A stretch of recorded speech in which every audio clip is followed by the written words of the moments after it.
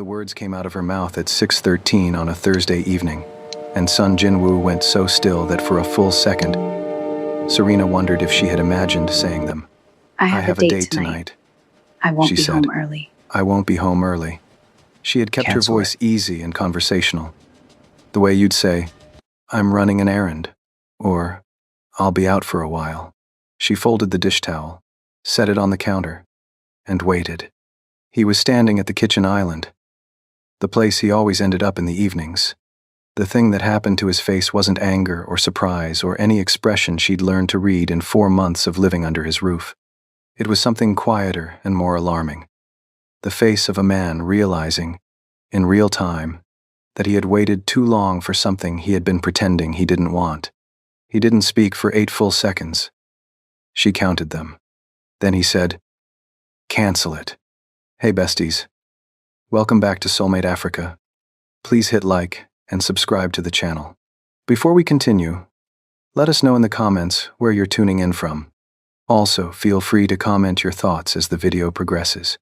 Download your ebook titled 25 Signs a Man is Deeply in Love with You. The link is below in the pinned comments. Now let's get back to the story. 4 months earlier, Serena Swanson had arrived at the 43rd floor penthouse of Sun Jinwoo with 2 suitcases, a culinary school certificate she had worked 3 jobs to pay for, and a contract that read, "Live-in personal chef," at the top in clean, formal type. She was 25, 5'3", fresh off a year cooking in a Michelin-starred restaurant in New York that had taught her everything about pressure and almost nothing about rest. She had taken the sole posting because the money was serious, the kitchen would be exceptional, and because the agency representative had told her the employer was quiet but fair, in a tone that communicated something in the neighborhood of, "Brace yourself." Mrs. Shin met her at the elevator, warm-faced, with gray hair in the same tight bun she would apparently wear every single morning of her life. She walked Serena through the apartment, with the efficient calm of someone who had watched many people arrive at this penthouse and seen very few last longer than 3 months. The apartment was the kind of beautiful that took a moment to process. Floor-length windows, looking out over a city that never looked the same twice, a kitchen with equipment that would make a professional chef genuinely emotional, and rooms that were sparse in the deliberate way of someone who had thought carefully about what they actually needed and removed everything else. Mr. Sun likes his kitchen untouched before 7, Mrs. Shin told her, moving through the space at a pace that suggested she had said this many times before. He does not like noise before 9. He works until 11 most nights. He does not eat red meat on Mondays. Does he say why? He does not. Serena looked around the kitchen. The induction range. The copper-bottomed pots, arranged with the precision of someone who had opinions. The spice rack organized not alphabetically, but by frequency of use, which told her something. Does he say much of anything? Mrs. Shin smiled for the first time, a small, private thing. He will tell you when the food is wrong. He never told her the food was wrong. She came to understand later that this was the highest compliment in his vocabulary. What he did instead was find reasons to be in the kitchen. For a man whose phone buzzed with the frequency of a live wire, whose days were stacked with board calls and strategy sessions and decisions that moved markets, Sun Jinwoo spent a suspicious amount of time standing at the end of the island, scrolling, or not scrolling, occasionally eating something she had just plated, while she kept her eyes on whatever she was working on and pretended not to notice him watching her hands. He noticed things. The afternoon she swapped sesame oil for perilla, and he looked up from his phone without her saying a word, just lifted his eyes, registered the shift in the smell of the kitchen, and looked back down. The evening the mandolin took a small piece of her palm, and he disappeared for 4 minutes, and came back with a bandage she hadn't asked for, set it on the counter beside her without a word, and walked away. The Saturday she mounted the small speaker above the spice rack and put music on while she worked, and he stood at the kitchen entrance 30 seconds longer than he needed to before he went back to his office. Not long enough to be obvious, but long enough that she felt it. She was not imagining any of it. She had also not said anything about it. So she cooked. She kept the kitchen spotless.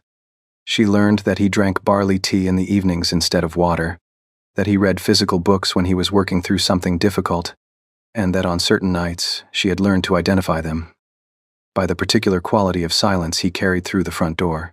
He would stand at the living room window, looking out at Seoul for a long while before he sat down to eat. On those nights she always made soup. He never mentioned it. But on those nights, the bowl always came back empty. The morning Serena Swanson decided she was done waiting for Sun Jin-woo to figure out that he was in love with her, she burned his eggs on purpose. Not badly. Not obviously. Just enough that the yolk sat a half-degree past perfect, glossy and still runny but with the faintest crinkle at the edges. She slid the plate onto the marble island in his kitchen, stepped back, and watched him walk in. He was always like that in the mornings. White hair loose around his jaw before he tied it up, still wearing the black robe he had probably had since his 20s, moving through his own penthouse like someone who had nowhere to be and every reason to take his time. Which was rich, considering the man ran a company that had its own column in the Korea Economic Daily. He first looked at the eggs, then at her, before picking up the fork. Serena kept her face perfectly neutral. "These are different," Jin-woo said. Not a complaint. More like a scientist noting a deviation from expected data. "Good morning to you." He ate the rest of the plate without another word.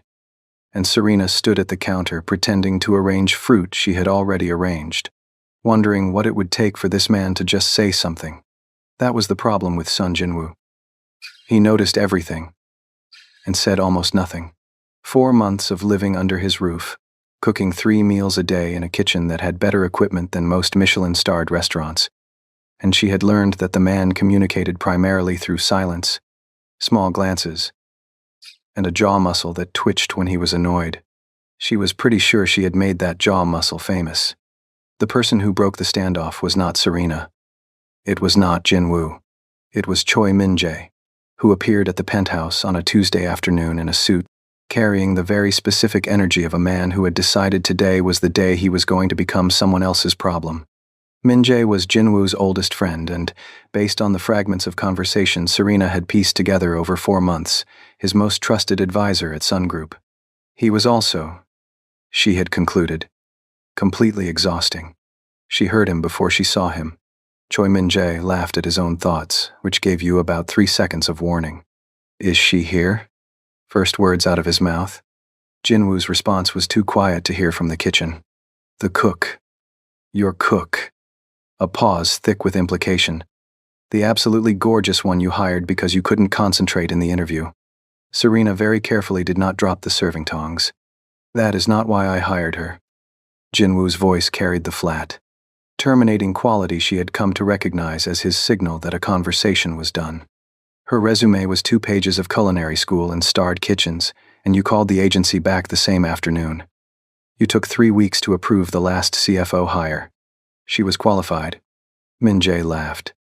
The laugh of a man who had been waiting to use a specific piece of information for a specific moment, and had finally found both. "Jin-woo, brother, I say this with genuine love. You are going to watch this woman leave in 8 months when her contract ends, and you are going to think about it for the rest of your very distinguished and very lonely life." She heard Jin-woo say something short in Korean she hadn't learned yet. Footsteps moved away from the hall, and then Min-jae appeared in the kitchen doorway like he had been placed there by some external force interested in disrupting her afternoon. He was good-looking in an entirely different way than Jin-woo. Where Jin-woo was clean lines and deliberate stillness, Min-jae was open and bright-eyed. The face of someone perpetually on the verge of finding something funny. "You must be Serena." He said her name the way Koreans said it, the second syllable landing clean and short. She liked it immediately. Mr. Choi.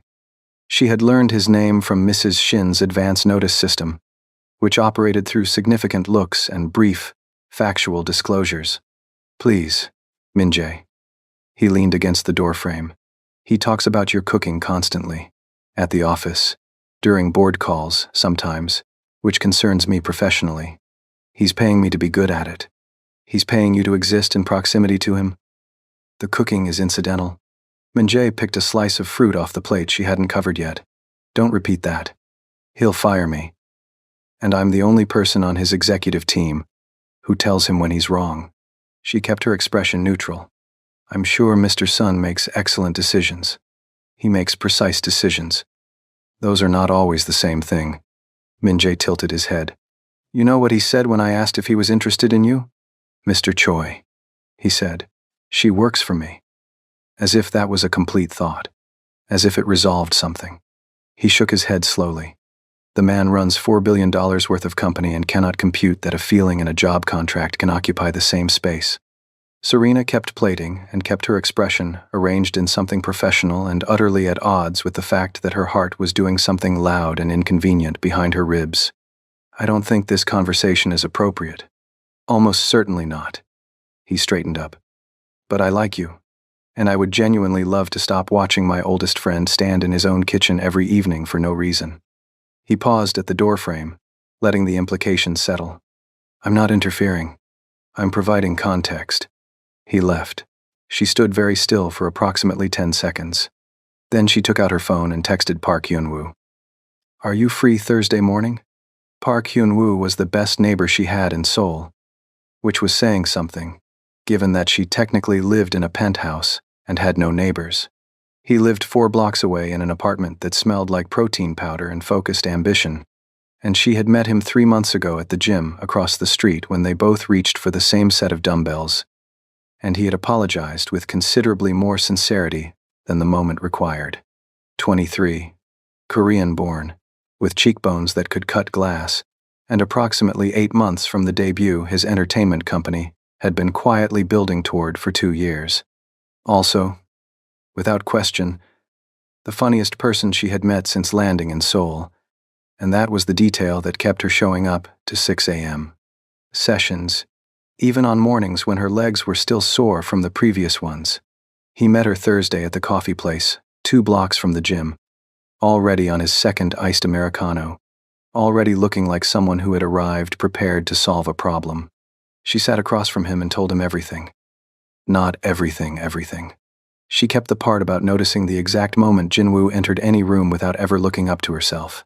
But she gave him enough. The bandage, the soup, the music on the speaker, and Min-jae's extremely illegal kitchen commentary. Hyun-woo listened the way good listeners do. Fully, without preparing his response, while she was still talking. When she finished, he leaned back and looked at the ceiling for a moment. He's in love with you, he said. You can't know that. A man who runs a $4 billion company does not stand in someone's kitchen watching them chop vegetables because he ran out of things to do. The look he gave her was extremely composed for a 23-year-old. He's in love with you. The issue is he's decided not to act on it. So I wait? No. He leaned forward, elbows on the table. You give him a reason to stop deciding.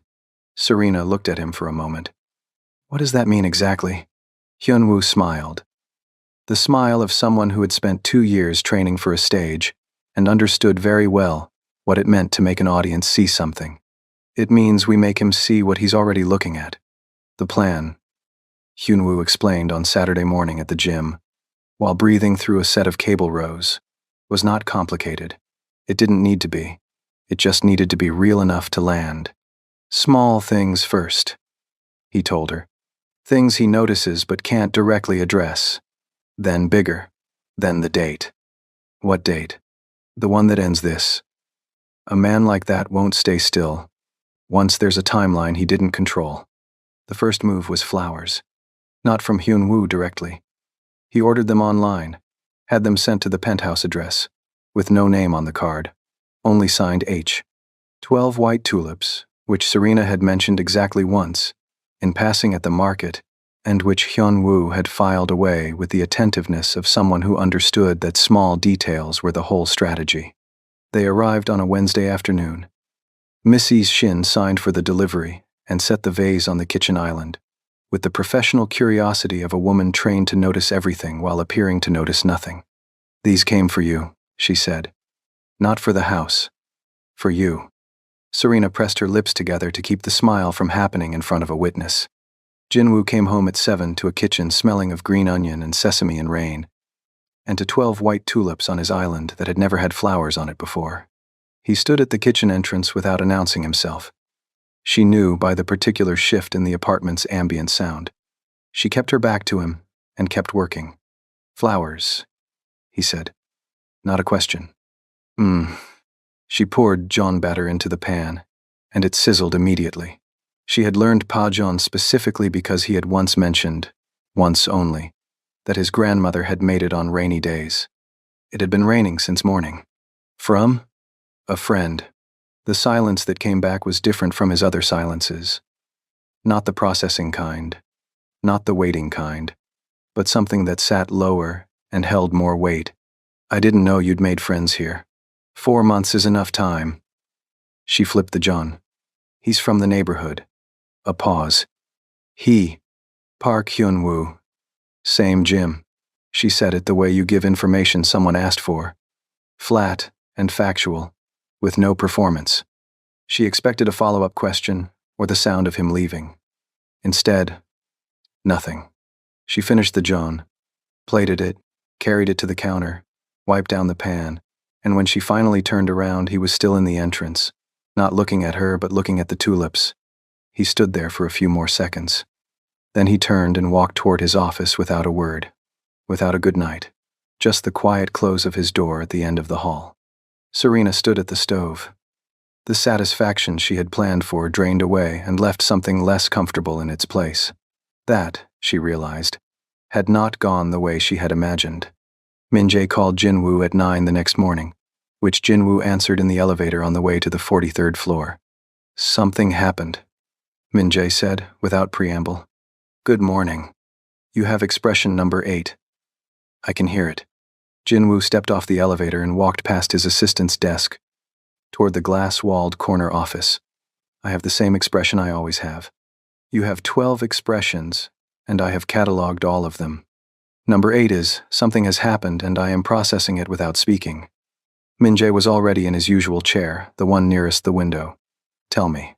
"Someone sent Serena flowers." A careful pause. "Okay." "A man."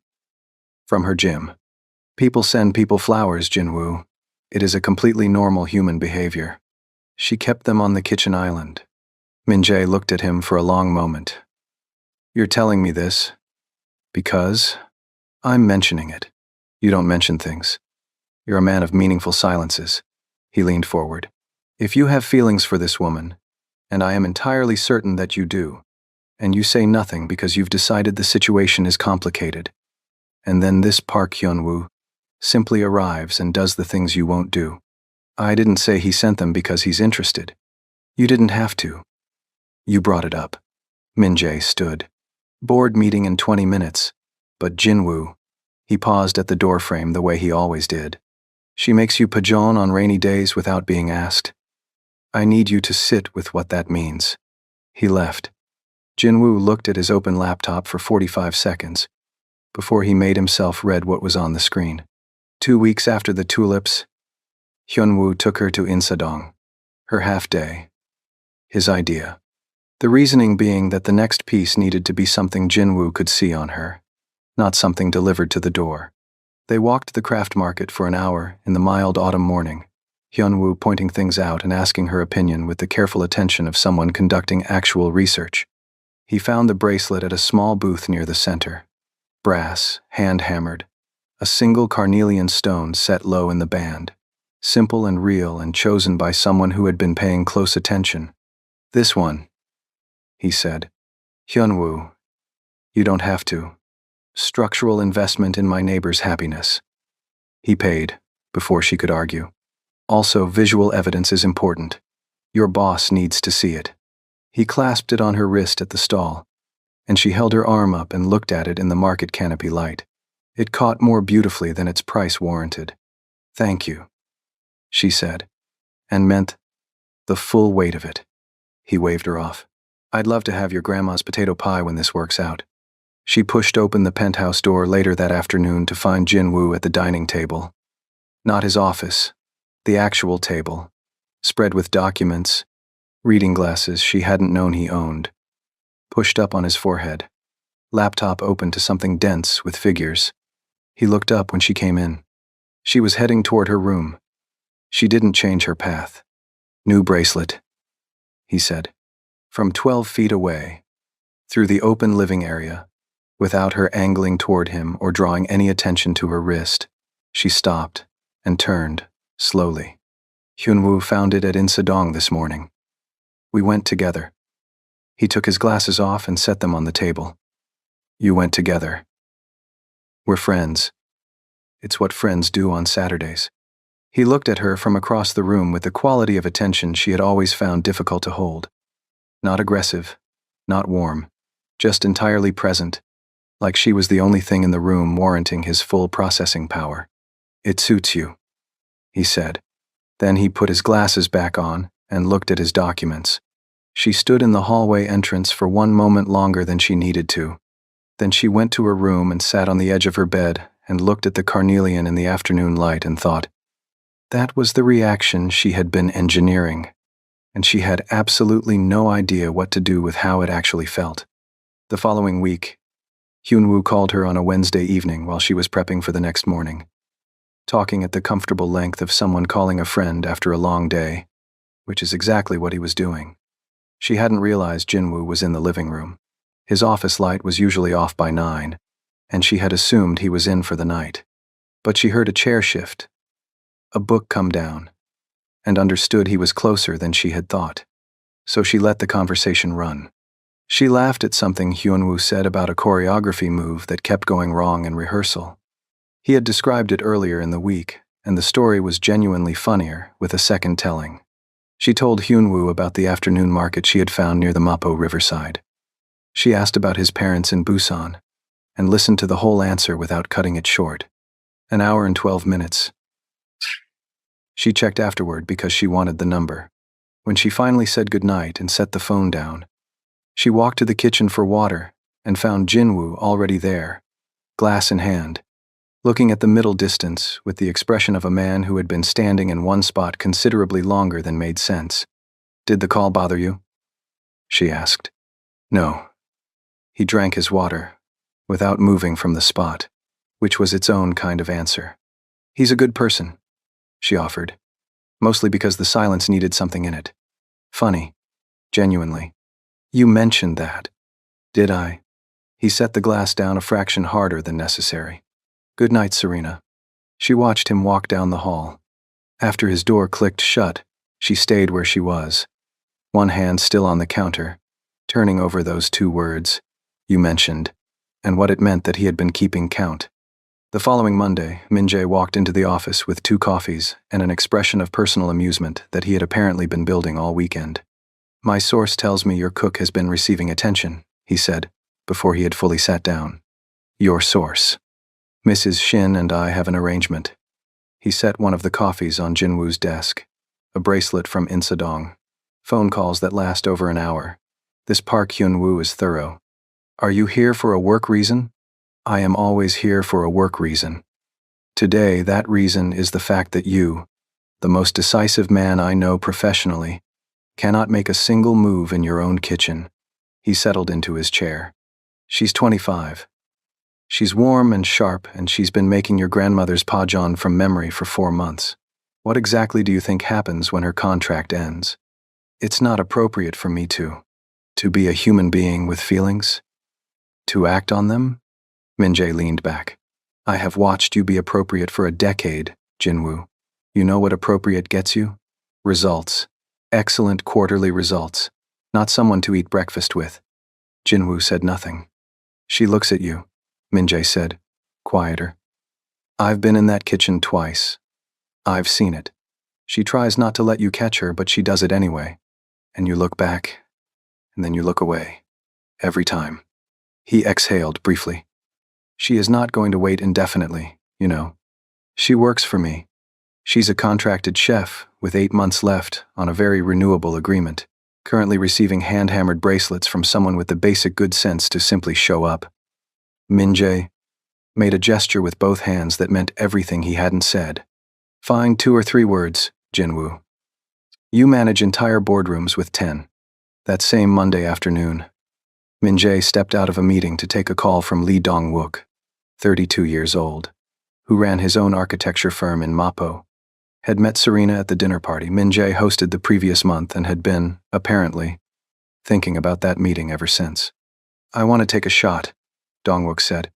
Min-jae walked to the far corner of the hallway. At Serena, Jinwoo isn't doing anything. If he's genuinely not interested. He is the sun that refuses to acknowledge it's making the room warm. Min-jae had been sitting on that one. It landed where he intended. Give me 2 more weeks, Dongwook. If nothing changes, I'll tell you to go ahead. 2 weeks, Dongwook said.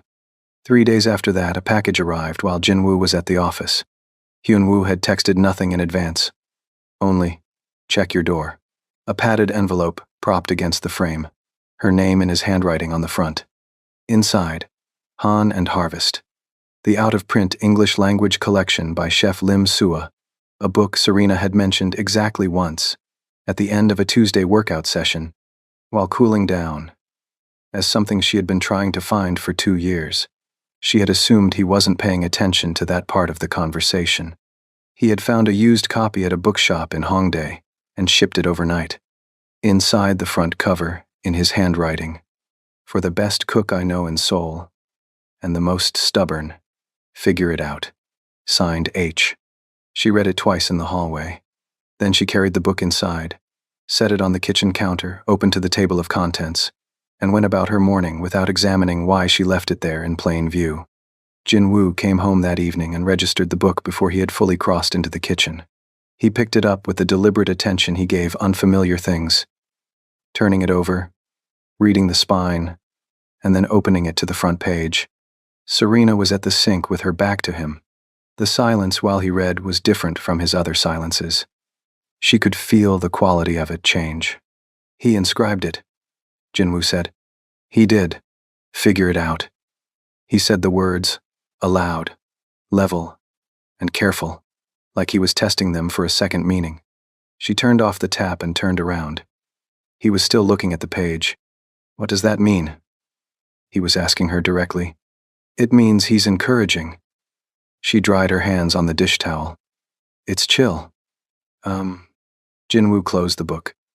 Set it on the counter with more care than the action warranted. Then he looked at her.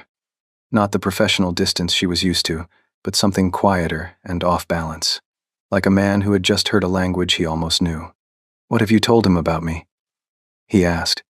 The directness of it took her a half-second to absorb. Nothing you'd object to. End.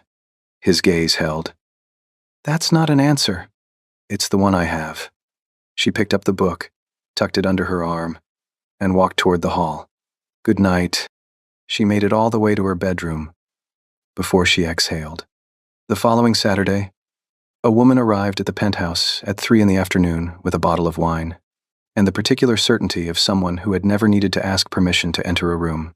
Her name was Han Ji-yeon, and Serena knew who she was before Mrs. Shin finished the brief, loaded introduction that communicated considerably more than the words themselves. Beautiful in the effortless way of women who have known it all their lives and organized their entire presentation around the fact. From a family in Jinwoo's social world, there had been some expectation, from parents, from proximity, from the assumptions that accumulate around 2 people who have known each other since they were young, that she and Jinwoo might eventually make a certain kind of sense together. Whatever the expectation had been, it had not been his. She came into the kitchen while Serena was prepping, leaned against the doorframe, and looked at Serena the way certain women look at things they are in the process of assessing. You're the American cook. Assessing. Not unkind. Serena. She kept her hands moving. Can I get you anything? Jinwoo's on a call. He told me to wait. She came further into the kitchen without being invited, which was a choice that communicated something. How long have you been here? 4 months. He speaks well of you. Said like a fact that inconvenienced her. He doesn't usually speak about staff. He's been kind. Serena's hands kept moving. Ji-yeon's eyes dropped to the carnelian bracelet at Serena's wrist, catching the kitchen light as she worked. Something in her expression shifted, not warmth. That's lovely. She let the question sit unasked. A gift. From a friend. Serena smiled at her, polite and real, communicating absolutely nothing beyond pleasantness. Ji-yeon studied her for a moment longer.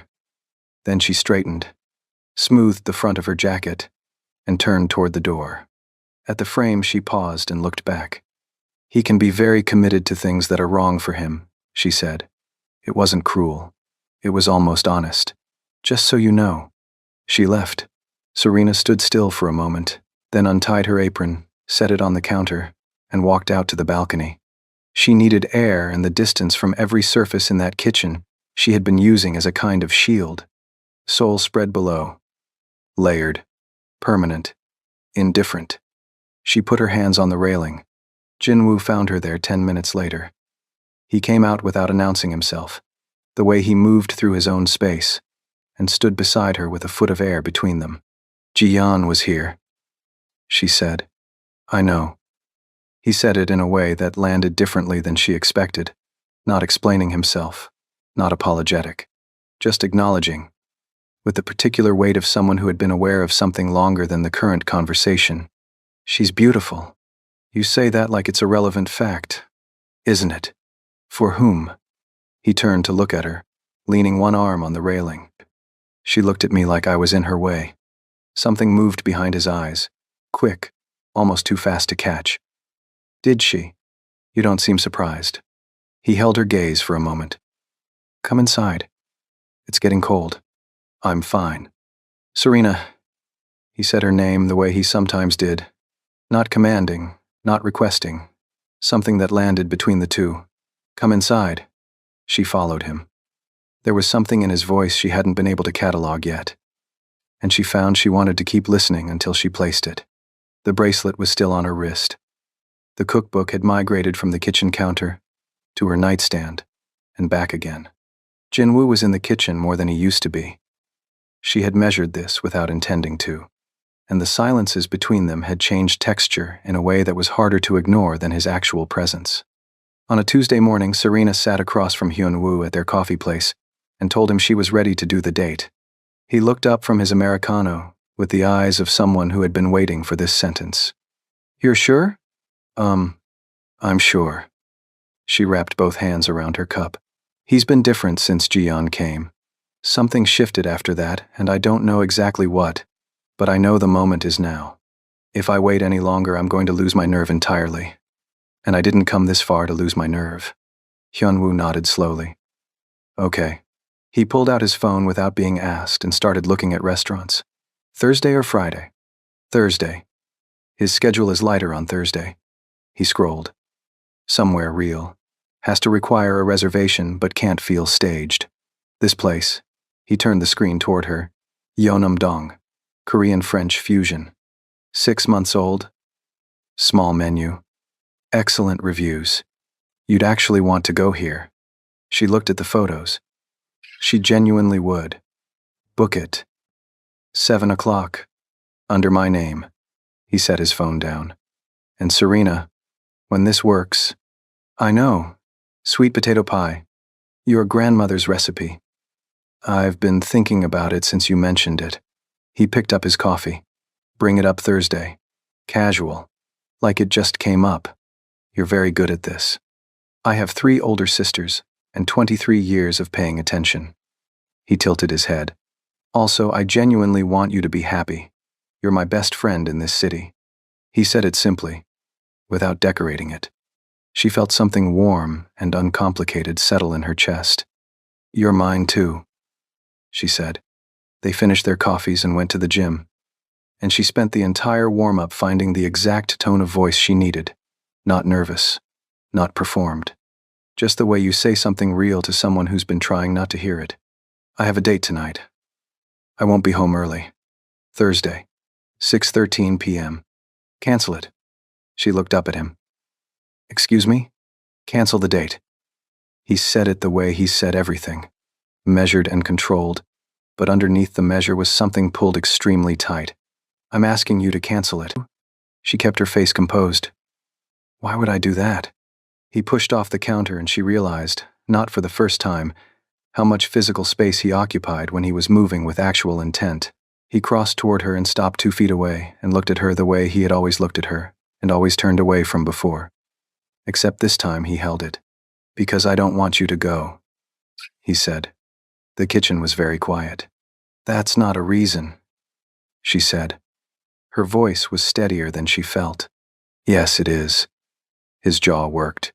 You have been in my home for 4 months and I have been, he stopped. Restarted. I've been trying to do the correct thing. There are appropriate lines. I know what they are. She turned to face him fully. You've been trying to maintain appropriate lines. Yes. While standing in my kitchen watching me work every evening. Something moved behind his eyes. Not guilt exactly. Something raw. I was. While bringing me a bandage I didn't ask for. While noticing every time I changed an ingredient. While staying in this kitchen longer than you've ever needed to. She folded her arms. Jinwoo, what exactly were those lines protecting? He didn't answer right away. The composure he maintained in every professional situation had left completely, replaced by something she had never seen on him. Unguarded, slightly off balance. The expression of a man who had just recognized that the walls he had built went all the way to the ceiling. I didn't want to put you in a position, he said finally. You're here on a contract. You're here because I'm sponsoring your visa. I didn't want you to feel obligated. Yes. Something like relief moved across his face that she had landed on the word. I didn't want you to feel like you couldn't say no. I know. She unfolded her arms. Her heart was loud and her voice was not. I know exactly why you pulled back. And I'm telling you right now, standing here with nothing professional between us and this conversation, that I want you to say what you actually want. A breath. I don't want you to go on a date with anyone else. Quiet. No decoration. I want to take you to dinner. I want to know what music you listen to before Seoul. And what you want when the contract ends. And what you look like when you sleep past 8 on a Saturday. He exhaled. I have wanted to say that for months. I have been very specifically not saying it. I know, she said. I know you have. He blinked. You know, Jinwoo. She held his gaze. I burned your eggs on purpose some time ago, to see if you'd say anything. I changed the seasoning on the soup 6 times just to watch you notice it. I wore the bracelet at wrist height on a Tuesday evening because I wanted to see your face. A long pause. The bracelet, he said slowly, working through it. And the tulips. Hyunwoo. All of it. She watched the understanding move through him. He's my friend. He's 23 and 8 months from his debut, and has 0 romantic interest in me. And I have 0 in him. He helped me because, she took a breath, because I liked you. And you weren't saying anything. And I needed to know if you ever were going to. The kitchen was absolutely still. Jinwoo looked at her. Then, slowly and unmistakably, his mouth curved, the one she had caught once in profile 6 weeks ago, and thought about far more than she had admitted to herself. You burned my eggs, he said. Slightly. On purpose. The yolks were still slightly runny. You got what you paid for. I noticed. He moved forward, slow and decided, crossing the 2 feet between them, until she had to tilt her head back to hold his gaze. His hand came up and turned her wrist gently, the carnelian catching the kitchen light. Hyunwoo bought this. In Sedong. He called it a structural investment. The corner of his mouth moved again. Are you going to cancel the reservation? I'll text him right now. She pulled out her phone. He waited while she typed. Hey, something came up. I'm really sorry for bailing on you last minute. I'll explain everything later, I promise. She sent it, then looked up. Done. 3 seconds later, her phone buzzed. She looked down. Hyunwoo had sent back a single line. Took you long enough. And then, before she could respond, you owe me that pie. She showed Jinwoo the screen without meaning to. He read it. Something moved across his face that she hadn't seen before. A warmth that had nowhere particular to hide. He knew, Jinwoo said. He always knew. She put her phone away. He said, you were in love with me the first time I told him about the soup. A pause. The soup. The nights you stood at the window. I always made soup. You never mentioned it. I noticed you did it. His voice was quieter now, the professional distance completely gone. I didn't know how to say anything about it without saying everything else at the same time. She looked at him. I should take you somewhere better than wherever Hyun-woo booked, he said. He booked Maison in Yeonnam-dong. I know the chef there. He let her hand go, but didn't move back. I can get a table Saturday. Saturday works. He looked at her for a moment longer. Then, he reached out and straightened the bracelet where it had shifted slightly on her wrist. The same careful attention he brought to everything he had decided mattered, and let his hand fall to his side. I owe you an apology, he said. 4 months is a long time to have a single conversation. You were being appropriate. I was being a coward. He said it plainly, without softening it. There's a difference. She looked up at him. Yeah, she said. There is. He called Maison that evening. And got the table. He told her Friday morning in 3 sentences on his way out the door. No preamble, which was so entirely him that she stood in the kitchen after he left and let the laugh happen quietly with no one to hear it. Min-jae found out the next morning when Jin-woo walked into the office at 8:15 and said, with the economy of a man who had rehearsed it in the elevator, I talked to Serena last night. We're having dinner Saturday. Min-jae sat with this for 3 seconds.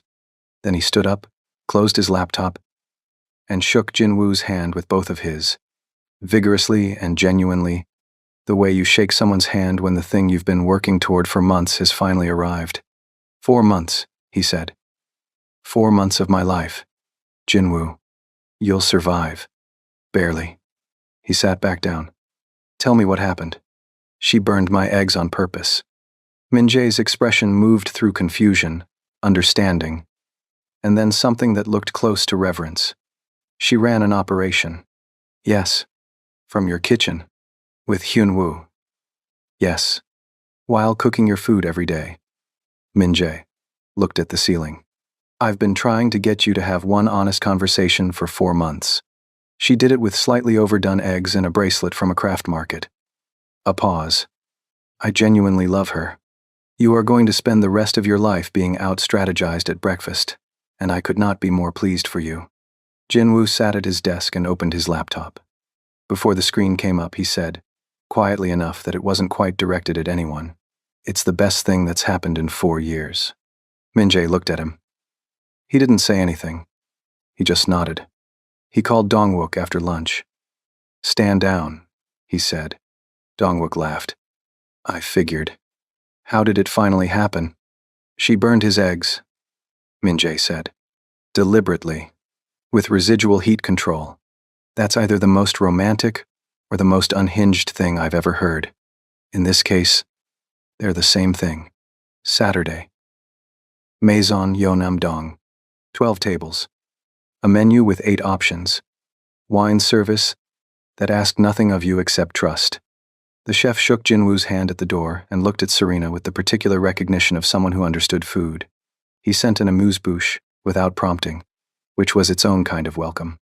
Jin-woo had come in a dark jacket without a tie, hair pulled up.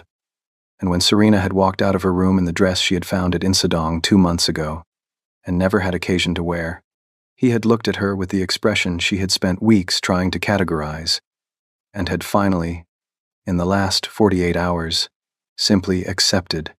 They talked, which was the thing she hadn't fully prepared herself for, even after 4 months of observing him from across the kitchen.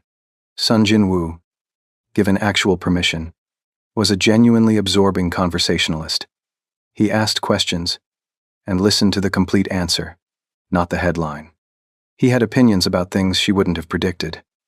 Traditional Korean celadon pottery, a novel she mentioned without expecting him to know it, the very specific problem most people had with overhydrating rice. He offered his views without performing them, which was rarer than it should have been. He asked about Atlanta.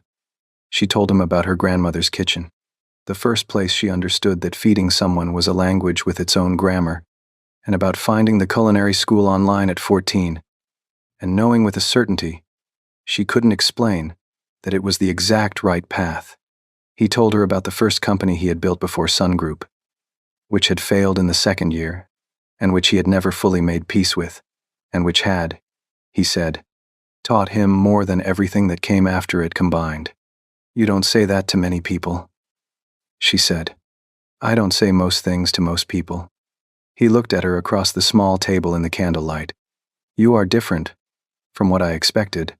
You keep saying that like it's still a surprise. It was at first. I thought you would be. He paused, looking for the right word. Temporary. A contract. Someone who would do excellent work and leave at the end of the year and be a good reference on an agency list. And now? He held her gaze steadily. Now I'm hoping the contract is very renewable. The smile started from somewhere internal and made its way all the way up. You should have led with that 4 months ago. I know. He looked briefly and genuinely pained. I've been informed. By Minjae. Repeatedly. In considerable detail. She laughed, real and unguarded, and watched the last of the distance leave his face entirely, replaced by something that looked exactly like relief. They stayed until the restaurant was almost empty. The chef came out near the end of the evening, and the three of them talked for half an hour about technique and sourcing and the particular difficulty of making Korean vegetables behave in a French preparation. And Jinwoo sat beside her and drank his tea and watched her the way he had always watched her. Except now, when she caught him at it, he didn't look away. In the car home, Seoul moving past the dark windows, he reached over and turned her hand palm up on the seat and held it. The same unhurried attention he had brought to the bandage, to the bracelet, to every small thing he had noticed and never said anything about. Simple. Decided. Hyunwoo is going to want every detail, she said. Tomorrow. His thumb moved once across her knuckles. Tonight. Just this. She looked at him. White hair catching streetlight. The profile she could have drawn from memory by the end of month 2. His expression finally open in a way that was almost more than she knew what to do with. Yeah, she said. Just this. Sunday morning. Her phone lit up 3 seconds after she texted Hyunwoo. It worked. I knew it. I told you. How did it go? Tell me everything. Also, I want that sweet potato pie by next week. She was laughing at her phone in the kitchen when Jinwoo appeared in the doorway in his robe. White hair loose, wearing the expression of someone deliberately not reading the room. Hyunwoo? He asked, claiming his payment. She set the phone face down. He's very pleased with himself. He should be. Jinwoo moved to the island, his place now. She had started thinking of it. Claimed over 4 months of standing there for reasons he had never stated aloud. Invite him for dinner this week. She looked at him. You want to thank the man who ran a jealousy campaign in your kitchen. Who helped you find a way to have a conversation you should have started months ago? He looked at her without any deflection in it. Yes, I want to thank him. She reached past him for the coffee mug she had left out, and neither of them stepped back from the closeness, which was new, and also not new at all. You're different from what I expected, she said. When I took this job, what did you expect? Someone quiet? Particular? Difficult? She poured. I didn't expect you to be worth it. A moment of quiet. Then, neither did I expect any of this. The eggs helped. The corner of his mouth moved, small and unhurried. He looked at her sideways. She looked back. Outside. Seoul was loud and layered and entirely indifferent, but the kitchen was warm and unhurried, and hers in a way it had always been, becoming something more than that now. She started breakfast. He stayed at the island. The barley tea was already steeping, because she had started it before he came in, knowing he would. She slid a plate across the counter toward him. Eggs, yolks this time, perfectly set. He looked at them. Then at her. These are right, he said. I know. I've always known how you like them. He picked up his fork. Then, without looking up from the plate, in the same tone he used for everything he had decided to say, Ji-yeon. She set her coffee down carefully. What about her? She didn't come on her own Saturday. He said it the way he said things he had committed to saying, plainly, without cushioning. I asked her to. The kitchen was quiet in a way it hadn't been a moment ago. You asked her, Serena said. I wanted to see how you'd respond. To another woman in the apartment. To a certain kind of, he chose his word, pressure. She looked at him for a moment. Then she looked at the ceiling. Then she looked back at him. You ran your own operation. A smaller one. You had her say that thing at the doorframe. He can be very committed to things that are wrong for him. That was her own addition. She improvised. Of course she did. Serena put both hands flat on the counter. So you, while I was running a plan to make you jealous, were running a plan to see if I'd get jealous. Yes. At the same time. As it turned out, she stared at him. She stood there in the kitchen on a Sunday morning in Seoul, looking at this man with his white hair and his barley tea and his 4 months of pretending he wasn't paying attention to everything, and she let the laugh come and watched his face do the thing it did when she laughed. That particular, unguarded opening she had been thinking about since the restaurant 2 nights ago. Ji-yeon improvised. She said again, still laughing. Serena shook her head. Do she and I need to have a conversation? She texted me last night. She said, and I'm quoting directly, she's the right one. Don't ruin it. Oh. She sounds like Min-jae. They've always gotten along. He picked up his fork again. We're even. Serena picked up her coffee. She thought about the tulips, and the bracelet, and the phone calls, and the cookbook, and all the careful, elaborate machinery of the past 2 months. And then she thought about Ji-yeon walking into the kitchen with a bottle of wine and a prepared speech about men being committed to wrong things. And she thought about Sun Jin-woo sitting somewhere in this apartment, orchestrating it while she was busy, orchestrating him. We are absolutely not even, she said. Yours involved a co-conspirator who freelanced. Yours involved a K-pop trainee and a bracelet from a craft market, and tulips, and a phone call that lasted over an hour, and a cookbook with a handwritten inscription. He ate his breakfast. She drank her coffee. Outside, Seoul kept going, enormous and indifferent, and between them the kitchen was warm and ordinary and exactly right. 2 people who had spent 4 months watching each other with great care, finally in the same room without the performance of not doing it. Hyun-woo wants his sweet potato pie by next week, she said. Make enough for 4. He stood up from the island with his empty plate. Min-jae will want some too. He's earned it. She looked at him. You're going to tell Min-jae the whole story. He already suspects. He'll enjoy hearing he was right. He's going to be insufferable about it. Yes. He carried his plate to the sink with the ease of someone who had decided a long time ago that certain rooms were his to be comfortable in. That's why I've been buying him good coffee for a decade. It buys goodwill when I need it. Serena looked at the man, her employer. Not her employer. Something she didn't have a clean word for yet but wasn't in any hurry to name. Standing at her sink in his robe on a Sunday morning, entirely unbothered, and thought about all the ways she had failed to predict how this would feel when it finally arrived. He stepped back to give her room. Their hands crossed at the kettle, and neither of them moved away from it.